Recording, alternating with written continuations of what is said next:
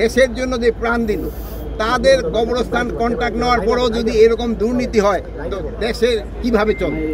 এখানে ইটের কোয়ালিটি খারাপ, সুরকিগুলি আনা হয়েছে এগুলির কোয়ালিটি খারাপ। এখানে প্রায় 114 গণকবর হয়ে গেছে যাদের আমরা এখন পর্যন্ত আইডেন্টিফাই করতে পারি নাই। আমরা চেষ্টা করতেছি। অনেক সময় আগে একটা ছিল তাদের যারা উত্তরসূরি রেখে গেছেন তাদের ভিতরে একটা ছিল যে কেউ চাচ্ছিল এটা শনাক্ত করা হোক, কেউ চাচ্ছিল না। এখন তারা মোটামুটি নাকি রাজি হয়েছে।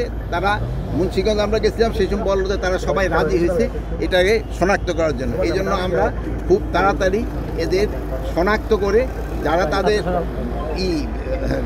বোর্ডে এখানে রাখতে চায় তারা এখানে রাখতে পারবে, আর যদি কেউ নিয়ে যেতে চায় ওটাও নিয়ে যেতে পারবে। ওয়ালটন এখন দেশের সীমানা পেরিয়ে পৌঁছে গিয়েছে 50টিরও বেশি দেশে। ওয়ালটন, ঘরে ঘরে বিশ্বজুড়ে। আর এই জন্যে আমরা এখানে আসা। আর এখানে আপনারা দেখলেন যে এখানে কীরকম যে কাজের যে একটা দুর্নীতি। এখানে ইটের কোয়ালিটি খারাপ। আপনারা যারা আসেন না আগে এখন একটু দেখে নেবেন। তারপরে যে সুরকিগুলি আনা হয়েছে এগুলির কোয়ালিটি খারাপ। আমাদের দেশের জন্য যে প্রাণ দিল তাদের কবরস্থান কন্ট্রাক্ট নেওয়ার পরেও যদি এরকম দুর্নীতি হয় তো দেশে কিভাবে চলবে? তাদের তো আইনের আওতায় ব্যবস্থা আনা হচ্ছে। যারা এই গণকবরের এখানে যাদের এই অন্যায় যারা করছে সবাই আমরা আইনের আওতায় নিয়ে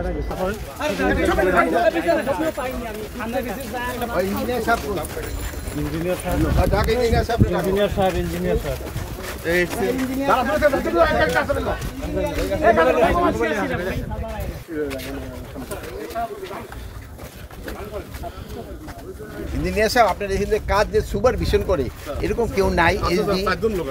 তো ওনারা কি করে এখানে? আপনি এগেইনস্ট অ্যাকশন নেন। ঠিক আছে, আপনি এগেইনস্ট অ্যাকশন নেন। এরা কি সুপারভিশন? ঠিক আছে, এরা হয়তো ওই কন্ট্রাক্টর আছে না, দেখেন সে হয়তো একটু ইনফ্লুয়েন্সিয়াল পকেটে কিছু ঢুকাই দিছে, চুপ হয়ে গেছে। আপনি তো নিজেই দেখলেন যে জিনিসের খবর করেন না ভাই।